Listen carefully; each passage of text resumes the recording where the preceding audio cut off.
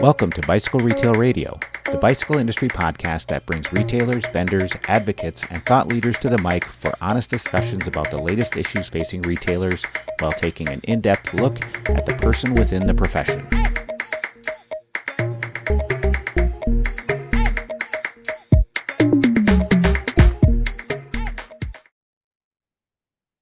Hello, listeners. Heather Mason, MBDA president here. Excited to welcome Brennan Marquez as our guest today on Bicycle Retail Radio. Brennan has been in the industry for multiple years, part of the retailer education department of Specialized Bicycle Components. He is working with the NBDA to train retailers through our continuing education classes. He's a friendly face, super smart, very dialed, has an extremely unique way of looking at things. In this conversation, we dive into the services that we offer as retailers to our customers, the customer experience. We talk about sales training. He shares some of his best tips. And the conversation kind of goes all over meanders, but it's a great one, really relevant to what's happening right now, and I hope you enjoy it. All right, Brennan, I'm pumped to have you on the podcast. How are you today? I'm very well. I also am pumped to be on the podcast. Thank you so much for having me, Heather. It has been a blast. It's been, wow, I don't know, maybe 6 months, maybe a little bit more since we've been working together, right? It's been a little bit now. Yeah, we started working on some projects in the continuing education space for the MBDA back, I guess, in March, with a little bit of prep work prior to that. So it's been very exciting to be engaged with you. Yeah. Thanks. Yeah, you've been in the bicycle industry for a long time. I don't even know if you're going to allow me or want me to say the number of years, but it's awesome how our network brings us together. And I'm thankful that we became friends and we're working together now. Same. I have been appreciating it. I've been doing bikes in one way or another for 29 years, or coming up on that 30th year. And the joke I always make is that all of my gray hair has shown up while I've been in the bike industry. But of course, that's really just time, not because it's the bike industry, although it may be taken however you choose. Yeah. Well, all right. So listeners, Brennan has been working with the MBDA for the past, let's say, since March, helping us with our continuing education classes. His classes have been really highly acclaimed, and we've had some fabulous reviews from the retailers taking them. And Brennan's even doing some one-on-one consultancy now with retailers. So a lot to get into in this conversation. Before we move forward, I guess, Brennan, you got to share some background, if you would, about yourself and your journey in the industry. Okay, happy to. Well, like a lot of us that are in the industry, I started out by just loving bikes and wanting to be engaged in whatever way I possibly could. We've all probably been through that phase in our rider journey where we're trying to make everything in our lives, including our partners, sometimes to the detriment of relationships and all this, bike centric. And of course that extends to work and things like that. And so I remember being in the midst of a month-long mountain bike trip with some friends of mine, and I said, okay, when we get back from this trip, I'm getting a job in a shop and gonna see what happens, and at the same time, many of us that get into retail end of things takes a while to commit to that as a career path. For some reasons that I'm sure we'll talk about a little bit today. There's a lot of challenging things to a career path in the bike industry. So I did that. I managed to get a job in a shop and have basically been working retail for the subsequent 15 years or so, and really learning while in the industry what it takes to be at the retail end of things. And then it was really interesting because I think it was all the way in 2005, so 10 years after that first iteration of really jumping into bike shops, I had the opportunity to go through an educational program from a vendor. So Specialized was running SBCU, Specialized Bicycle Components University. And I had the opportunity to go through that hands-on in-person training situation, which was pretty amazing because it was unique at the time in terms of the level of hands-on and the breadth of the hands-on. There were certainly programs with Barnett's that had been operating for years, and there were programs with UBI that had been very specific to technicians in those cases. And what at the time that vendor was doing was really focusing on the retailer and how they try to integrate in with the rider at that point. And it was really exciting. And I took everything out of those courses and applied it to the managerial position that I had in a shop at the time. And then a couple of years later, that bike shop was going to be shutting down. The owner was going to move in a different direction. And I kept thinking to myself, gosh, what is it that I want to do next in bikes? And holy cow, if I could potentially get into that educational program and be able to help to scale that for retailers, that would be amazing. And I was lucky enough that I knew people that I could get into an interview, and then I became part of SBCU with Specialized in 2008. And what I did there initially is I built their first round of technician focused courses. At the time, many of you will probably remember AFR suspension products that Specialized was doing. And they were doing a very, very good job with the engineering and design, but there were a lot of challenges with quality control. The company was struggling with the ability to build the suspension because they are not a suspension company.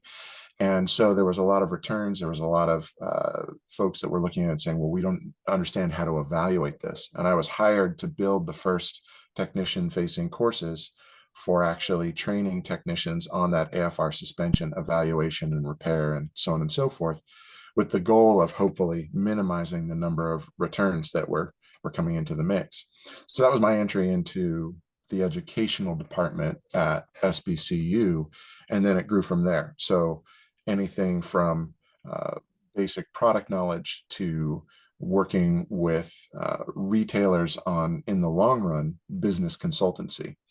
Because one of the things that we learned, of course, over the years, anytime you're engaged with an education program, it's wonderful. People get super excited and they take that energy back to their store, and then they have inertia of their own that has to butt up against the inertia that's in the store, because the store is running full tilt the whole time, and that's hard. So oftentimes we'd see somebody come back to a store fired up with all this energy, and they'd get tamped down pretty quickly because they simply didn't have the time or resources or ability to make the change that they now felt they wanted to do. They couldn't apply all of the knowledge that they'd potentially gotten out of their education. And so we started looking at it and saying, okay, great. So the next step for us, rather than just providing the education, is actually providing help with implementation. And that became the consultancy end of things that we started to do through there. And I was very lucky to work with some tremendous people that really mentored me tremendously, and we learned from each other and were able to grow some pretty cool programs while we were all there at Specialized. And so it's very, very clear to me to see what sort of benefit there is in terms of training and employee development, and how that can support and grow your business. And it does require help with implementation, and it does require the ability to scale any energy that you're bringing into a situation. And if it's only an individual, that's tough. So it's very, very positive if you can create a training program that is organization wide, which is sort of where I've gotten to where I am now, which is I operate a very small consultancy business, and obviously have the privilege of working with the MBDA, and we're working hard to scale education, because it's a resource that is underutilized in the bicycle industry as we sit now. So there's a little bit of the background. Anything that you'd like me to fill in, or? Yeah, you hit on so many things. I was taking some notes here as you were reviewing your extensive history. I'm a huge fan of SBCU, having been a top specialized retailer and gone through the program. Joshua Paris, I'm sure you got to work with Oh, him. Amazing human, right? oh yes, yeah, oh yes. Yeah, so I mean, I think that the systematic approach to training the SBCU, like, the different steps involved in how you did educate the retailer were truly impactful on my business. And I see the thoughts and the processes that you are bringing forward to our students in the continuing education. And like I sat in on your class last night, which was the selling the services, and I took several notes. And I find myself, even if you think you have good processes in place, when you sit through some of these educational moments, it just allows you to come away with new thoughts and concepts and ways of looking. So I love your path. I love that you have gone through SBCU and that you're now helping retailers through the MBDA and one-on-one. What you're saying there, though, you can go to a class or go to a brand event, like a brand launch, and you get so excited because you're out of your store and you have all this energy and you're just like pumped. And then you get back to the store and it's like, how can I implement? We got to get some tips there, Brennan. We got to help these retailers implement the things that we're teaching them, right? Oh yeah, absolutely. So short term, and we had questions yesterday in class about, great, how do I do this thing, which is very interesting. So I mean, short term, one of the things that we could do in education, and really should be a takeaway from any education, is to spend some of the time in continuing education charting out activity plans with folks when they get back to their stores. And that can be very valuable in terms of helping them with implementation. Also, there's a number of things that and when I say we, I'm thinking, industry as a whole, there's a number of things that we see as low-hanging fruit success stories, depending on where a store is. I know that you've talked to folks about things like service menu evaluation and fine tuning and things. There's a number of different tools that are out there that can start to shift inertia. And so understanding what those are and how you could apply them to your business, depending on where it's sitting right now, is a great way to implement change in a way that actually won't cost you much in time or energy, but will pay dividends, not just in terms of profitability and revenue and all of these elements, but also in demonstrating to your crew, hey, we can make a change and actually see an effect pretty quickly. So those are also really, really valuable tools. And frankly, some of the stuff that we have focused on in the continuing education series that we're working on here are a lot of those pieces of low-hanging fruit. Yeah, so there's so many different topics right now that I think are so important. And I have I have you for an hour on our podcast. So I want to make sure I get our listeners some good tips and advice from you, and also provide them just some of the insight that if they did call you up or want to work with you, that you could touch on. So I hope you don't mind. I have just like several questions prepared to fire off at you in varying topics, because just to get your opinion and resource, if that's okay for you. My pleasure. Go for it. Awesome. I wanted to start top level. A conversation that we're hearing a lot right now is around staff, training and continuing education just for our staff. Employee training specifically. So we have many small bicycle retailers who are doing this in different ways. Some people do the group huddle, some don't. Some have a very organized training system, some don't.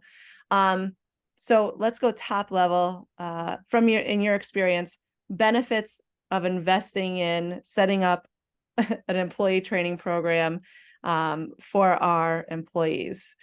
What are your thoughts about that? There's a couple big hit items that I would say. So the first thing is, it's your best opportunity to continue to grow, develop, refine your brand culture by having continuous training, because you can always refine what it is that your staff understands the brand to be, your own personal brand to be. So that ongoing expectation is really key. The other thing is that you can chart out a development path for somebody, so that even as early as an interview process with a potential staff member, you can say, here's where you start, and here's where you can go, and here are the steps that are there in between. And what that does for understanding of what their experience and their expectation will be working with you is huge. One of the other challenges that we have in the bicycle industry is staff retention. And if we can set an expectation and, of course, meet it, even to a certain extent, that's going to improve that retention, so that we are actually able to keep people in the business longer, which means we have people that are more experienced, more trained in the long run that are in the mix. And the final thing that I like to throw out there, because over the years, of course, you hear the response from retailers, well, I'm not sure that I want to invest that training in this person, because what happens if they go away in 6 months? And it's a very valid, very valid question. And there are a couple ways that I would think about it. First of all, chances are good that person's going to stay in your immediate community. They might go somewhere else in the cycling community in your immediate community. Great. That means that you've actually developed your community and the support for your riders. And that is a positive as well, although it doesn't necessarily feel like it hits your own business as much as you might like. But even more important, the thing that I really like to consider is, great, would you rather train somebody and have them go away, or would you rather not train them and have them stay? Because there are a lot of challenges there too. If you're not engaging with that staff member, if you're not giving them something to move forward with, or if you're not helping them to improve the way that they're interacting with your riders and they stay, there are some problems there too. Yeah, I'm thinking about all the different things that we can think about when it comes to staff training. It could be as simple as what you do in your store, like the morning huddle or product knowledge or training on your culture. And then I'm also thinking about the programs that the MBDA offers. And, we have employees that come to the continuing education classes. Like, it's not always the owner manager. It could be the service manager or a technician or a sales member, staff member. So I think there's different parts within training that we could at least do something. Like, what is a easy thing that we could do, like a low-hanging fruit, if you would, Brennan, for making sure our staff is engaged in some sort of training policy in place? One of the best things that we can do as an industry at the store and retail level is actually provide a given amount of time per week or per season for staff members where they're on the clock and it is dedicated actively to training. For certainly when I was coming up in bicycles, there was not that much available in the retailers that I worked within. They were not emphasizing much in terms of training. It was, hey, hop in there, start wrenching, start talking to people. And if you do something wrong, we may or may not correct that. Or if you take a misstep, well, you're going to practice it again in another 10-15 minutes with the next person. And it was definitely learn as you go and in the heat of the fire, so to speak. And of course, because so much of the industry is driven by passionate people, many of us were searching out information on our own at the same time.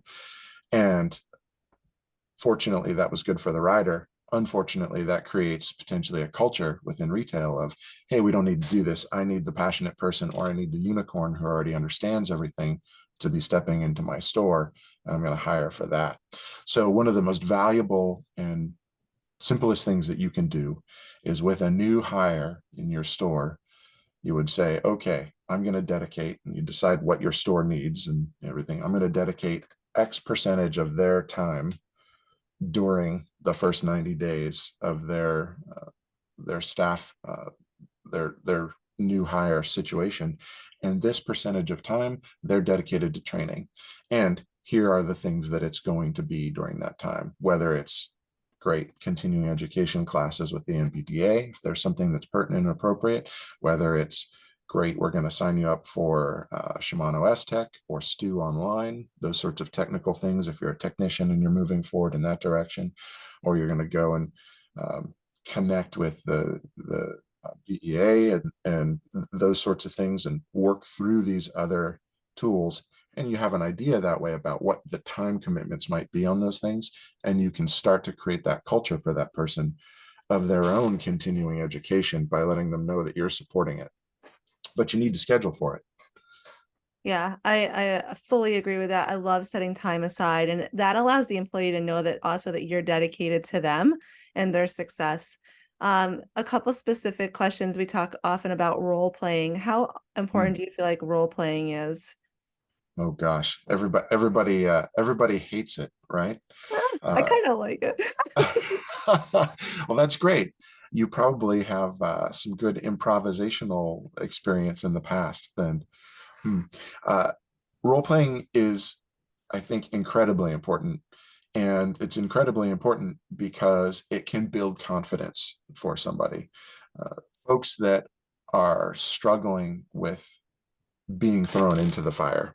And of course, they feel like every interaction is eminently important, especially if they're excited about bikes. They want to talk to people about bikes. They're now on the sales floor. They're in a bike shop, which is, the inner sanctum of where people that are enthusiastic about bikes want to be. Well, now they suddenly are putting tons of pressure on themselves to do the right thing. And if they haven't practiced doing the right thing, they might be at sea. So role playing is very, very important. The ways that you overcome those concerns, because people will be nervous about it for all the reasons we just mentioned. It feels like a lot of pressure. Is you really truly try and take them out of a pressure situation and make it as low as possible for them to experiment with it. And when they get nervous, when they mess up and everything, great. Have them embrace that and support them in being like, yeah, this is exactly the spot to do it. And we're doing this so that you have greater ability to do it with the rider in the moment. So I think it's actually really important. I mentioned the improv thing. Years ago, some folks asked me to audition for an improv group, and it terrified me. The idea of it absolutely terrified me. And I thought about that for a day or two, and I thought, well, if it terrifies me, I should probably do it. So if you can find a way to key into those things that are really, really scary for your staff and figure out how to support them in it, get them to that mindset there where they're like, okay, well, if I'm terrified by this, I better see why I'm terrified about it and what there is to actually be scared of. And then you can move forward from there. Yeah, usually the things that scare me are the things that actually, once I do them, prove the most valuable. We in our P2 groups, when we have our in-person meetings, we have the retailers, which are the store owners, successful businessmen and women, role play. And it's a great exercise that we get a lot of laughter, but we'll give some retailers the role of being the customer who only wants to buy online, and they have, the team member has to be able to sell them something in store. And there's definitely ways that we can work through situations that allow us to keep the sale in store, or allow us to add on or exceed the rider's expectations. So we're always looking to role play to do that. So that's why I was curious about your thoughts on it. So thanks for that. You said the scary stuff. And one more question on employee training then, and before we move on to another topic, the importance of giving your employees goals, or being very clear with your employees, what your goals are. Is that important? And do you advise retailers to do that? I think it's essential. Goals are one of the early ways that you can create transparency in your business as to why you're asking somebody to do something. And that's a really, really important thing. It's very easy to step into the mix and as an owner or manager say, hey, new hire, you're going to do this. And if you can follow it up with a here's why, it speeds up the process for that person becoming engaged in the business, but also feeling like they're not being asked to do something outside of their job description potentially, especially because we know that in the bike industry, our job descriptions are so broad. It can be hard to hone in on what they are. So if you give somebody a goal, you say, I'm asking you to do this, and here's why, and here's how we're going to measure your success, and here are the tools that we're going to apply together to help you get there in terms of your success. That takes a lot of the fear and the ambiguity and the feeling of out there in the deep end of the pool with a half inflated water wing away, right? They at least feel like there are support available to them in that situation. Yeah, I think goal setting and being very clear. And I even have some retailers who will post like a scoreboard almost of their entire team and their employee break area, being very transparent. And it just allows people to get fired up almost and strive to achieve, So I know there's different ways for everyone to do it. I'm not advocating for one, but I know that there's different ways. And I think having some way in place is good. Yeah, absolutely. The one caveat I would always throw out there is when you are sharing goals with your staff like that, make sure that it is explicitly clear that there's no punitive end to doing the goals and having them out there shared across the business, but instead, actually, it's focused on, great, how do we continue to improve as a group or as a business? And we're going to support you in that, rather than, oh, if you're not making your goal, this is what happens to you, and there's a punishment involved. It's really important that you set that tone as well in all the transparency around the business. Well, let me shift a little bit. There's two other topics I want to make sure I have time to get into with you. I guess the first one is around the customer experience. When you and I started this relationship, I said, I'd love to have you lead some continuing education classes for the MBDA. And I just kind of asked you to throw out some class topics that you'd be interested in talking to. And I wondered why you selected those, and maybe it's the changing environment right now, maybe it's the state of the industry, but that customer experience, that like going above and beyond, that wow experience seemed to be something that you feel is important. Can you speak to that a little bit? Absolutely.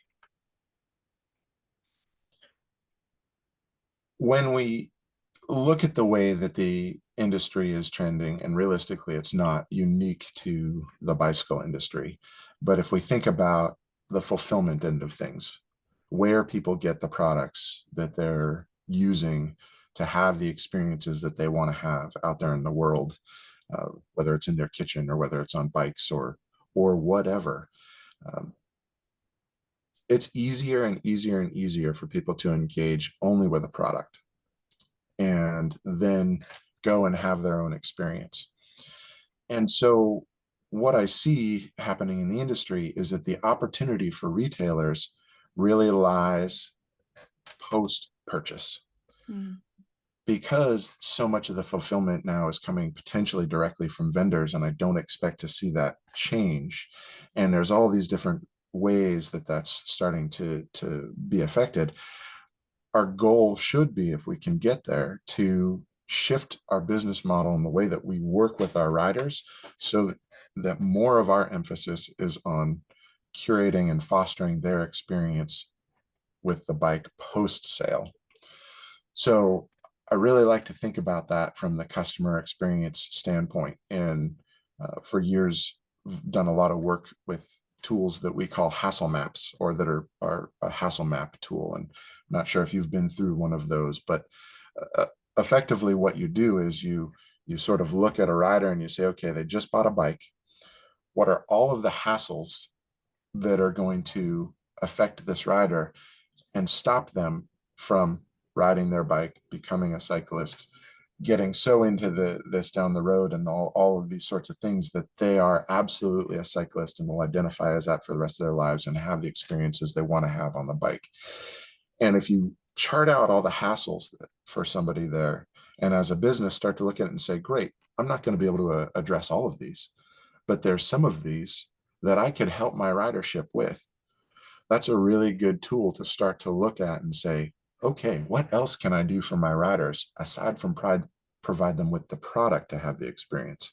How else can I foster their experience? How can I remove their hassles and help them grow into part of the community and become a cyclist in this neighborhood or the nation and globe as a whole? And by digging into that, we really show ourselves potentially a way forward that is different than traditional retail, because suddenly we're starting to share our experiences with riders in different ways than we have traditionally. But that's why most of us got into the bike shops in the first place, is because we wanted to continue to live vicariously through this full immersion in cycling experience. And only a small part of that experience actually happens in the shop. Most of it is out there and in the community. The listeners cannot see my face right now, but you can, and I'm like blown up with like ideas all over. You can see this, right, by the wide eyes and like the grin, because what you're saying. So last night in the continuing education class you led, and listeners, listen to this concept, think about this. Hopefully, Brennan, it's okay for me to share. You don't even know what I'm going to share, so say yes. You said, imagine we sell 100 bikes this year. We would expect then, or we would hope, that those 100 bikes come back next year for annual tunes. So for our listeners, you sell 100 bikes last year, they should all come back from annual tunes next year, right? So we look at the data and we might see only 40 bikes came back in. Well, where are those 60 bikes? And maybe our goal shouldn't be, one of our goals should be to get those 100 bikes back in for service. And if we start looking at it that way, that's a unique way to look at it. I don't know, Brennan, that's just where my brain just went. But I love it. I love it.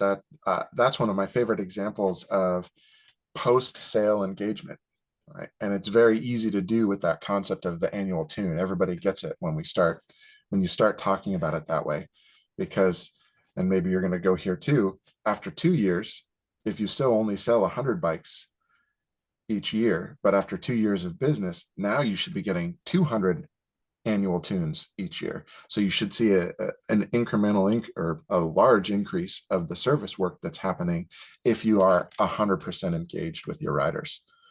Or at least you should be seeing 80 bikes that next year if you're only getting 40. But either way, it should be building the business, and it's core to your business. It's core to the community. Yeah, I hope our listeners are going to go check out their numbers. And it's almost scary, because if we're not interacting with that many riders, right? I mean, well, it's scary, but it's also opportunity, right? And we have to take opportunity. Yeah, for sure.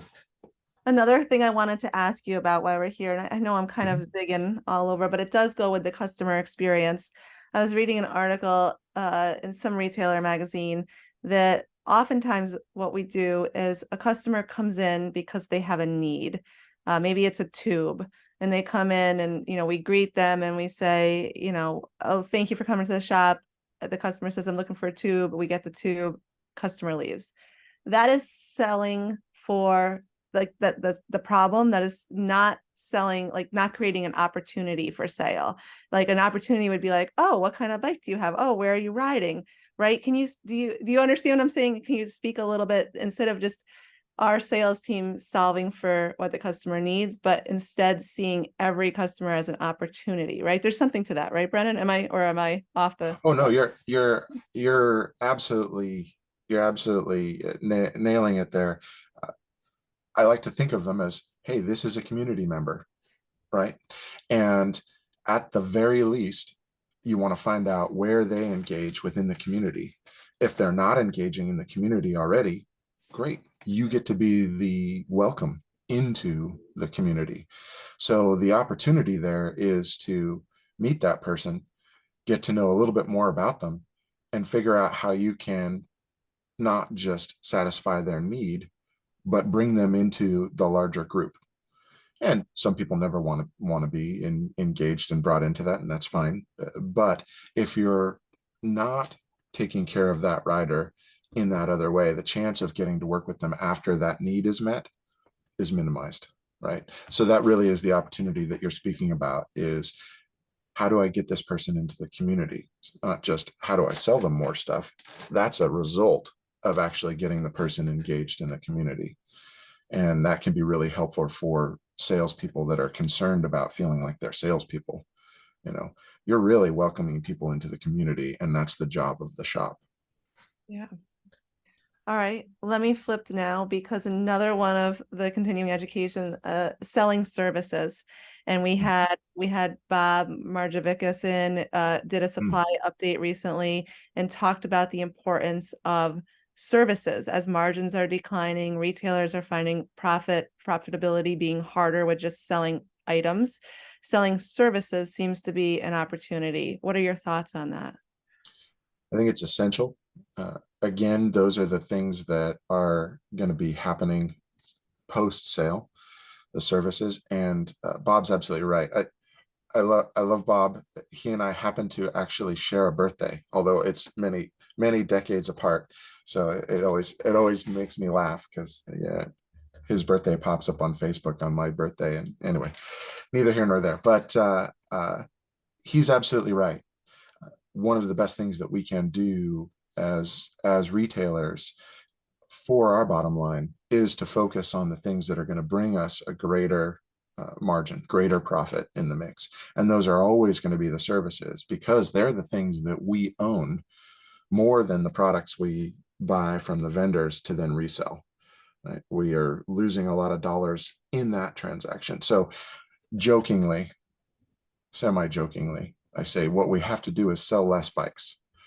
And the reality is we don't want to sell less bikes. We don't want to stop doing what we're good at, but we really want to sell more services. And so it looks like that we're selling fewer bikes relative to the services, but that's absolutely true. And that is where it can be very helpful to broaden the perspective of what a service is and get creative and think about, okay, what other things can I do for my ridership? Is it providing insurance when they're shipping a bike? Is there something I could do with some sort of theft insurance or something? Is there a way that I can help them recycle their bikes or other elements of the things, so we all get to be a greener community, whatever it might be? How do I engage with the local advocacy group to give my riders more places to operate or ride their bikes? And then of course you want to also figure out how to monetize that stuff, because that is essential to the shift. Traditionally, there has been a big push to provide services at little or no cost to support the sale. The sale is still the result of the services, but the services themselves have enough value that we can charge for them. Yeah, every time I see that free tune with a purchase of a bike, I'm like, oh my God, please stop, please. Oh yeah. But even that brings me to, and I don't want to get too specific on, because we're in a short podcast here, but just pricing of services. I feel like so often retailers have just chosen a price because they've done a quick Google search and they want to be competitive in the local market. And why I feel like that's important, I think it's also important to know how much a service costs you, and then have a percentage in mind that you would like to make a margin on that service, and being really dialed and specific so you're not losing money on your services. Without going too in depth, any thoughts on that, Brennan? Yeah, I think you're absolutely right. And it brings us right back around to goals. So at some point you build goals for your business, and those can be applicable to anything really. You can refine it and say, okay, great. I want to make this much, or this percentage of my revenue I want coming from services that I sell. I have this many people, this many hours to work with. What do I need to make per hour? And you can figure out exactly what you need to charge. Of course, you also are going to want to look at the competition around you, but you're absolutely right. Too often that's the default. Somebody looks at it and says, what's the competition doing? And while it's great to understand what they're doing and to look at averages even across the industry, it's important to do the goal setting based on what you want for your business and what you think your business can actually achieve. And the worst thing that happens, if you plug numbers in there that you've gone through and developed and thought, this is going to be great, this is the right thing for my business, and for some reason people are not willing to pay that, well, then maybe you misstepped it. But the worst thing that happens there is you reduce your pricing until you get demand, and you've tested at that point what the market will actually bear.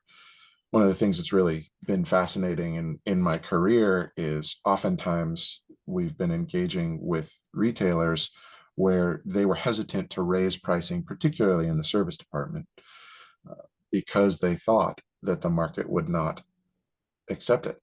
And I cannot think of a case where, working with a retailer, we raised prices and they had to go back down. Right. And that's been really extraordinary to see. And certainly over the last few years, people understand that things cost more, and that really should be extended to, people are a resource as well for all of us. And while we understand that all of these products cost more, part of the reason they cost more is because the people that are supporting them, the folks that are in the shop helping the riders to achieve what they want to achieve, also cost more. And we need to be able to take care of those folks to continue to have careers in the retail end of the bike industry. Yeah, there's so much going on. It's such an interesting time in our industry right now. The discounting, inventory. I know you're working with a lot of retailers. What are retailers at? Like, is there any trends you're noticing, or anything that are common threads where you're noticing that people are asking for help more in certain areas? Well, it's interesting. In a lot of ways, it brings us back to some of the stuff we started speaking about here. One of the biggest trends, and one of the things that people are asking for help the most with, is finding staff, and particularly finding specialized staff in terms of folks that have unique abilities, technicians, fitters, coaches, all of these categories where people are developed and would be able to step in and really help grow an element of the business. And the joke I always make, which feels like it becomes less funny every time, probably to me, it becomes less funny because it's not funny to begin with, but we're all looking for unicorns to be able to hire and step into our stores and have them perform at a really high level. And the reality is unicorns don't exist. So what we really have to do is we have to hire the horses and then build the unicorns out of them, help them grow their horns through training, through helping them with specialized development, so that then they can grow that stuff. But that also gives us a stronger workforce at retail if we actually have the structures in place to grow those unicorns out of the horses, because there are a bunch of horses out there. We just need to give them the extra infusion of keratin or whatever to grow the horn out of the I've forehead. definitely got the visualization going right now. Thank you for that. But yeah, I think it's also then starting by hiring people who are open to learning new things. I think that's a question we have to ask in that initial process then. Yeah, absolutely. Well, one of the things that I think is really fascinating is that we look for people that are passionate about bikes when we're hiring, and that is an easy win if we find somebody who is super excited about bikes. And I think that there are a lot of opportunities with people that are super excited about people. If you hire folks that are good at engaging with other people, then you can teach them the relatively easy stuff, which is the product knowledge, which oftentimes is the technical skills. Those things are actually easier to come by than having that person that is enthusiastic, a good communicator, excited about engaging with people, and is creative about engaging with people. Those things are much harder to train. And yes, people get better at it and whatnot, but it can be challenging to teach somebody who doesn't have a proclivity there already. Yeah, just the ability to look someone in the eye when you're having a conversation with them is, I think, an important trait that sometimes we just want to hire a warm body, but we do want to hire the right warm body. Yeah. Yeah. It's very important. So I want to ask you who your mentors are. Like, where are you? Where are you going for continuing education? Oh my gosh. That is a really good question. Well, I, again, I have been very, very lucky to, I would say, come up in the bicycle industry in some interesting things that I think of as generations. Um, I spent I spent a good part of the 90s in Los Angeles working for Supergo bike shops, which is a name some people remember from the past, but there was an interesting generation of people that came out of there.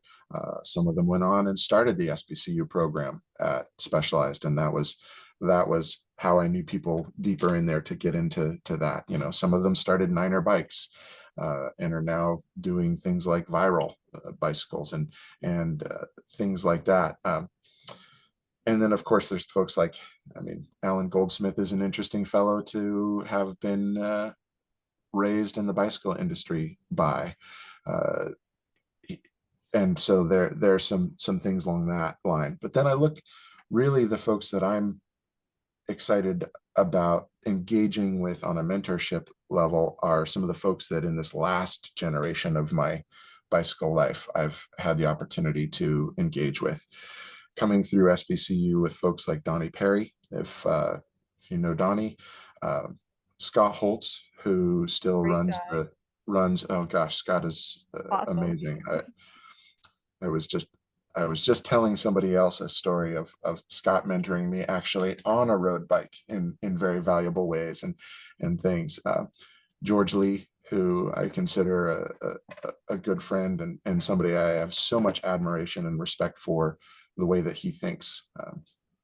And I was very lucky to work with those folks and now have these connections so that I can bounce things off of them if I have queries. And I mean, frankly, I have to thank George in particular because I think he put us in contact initially, and that has been a wonderful connection to have.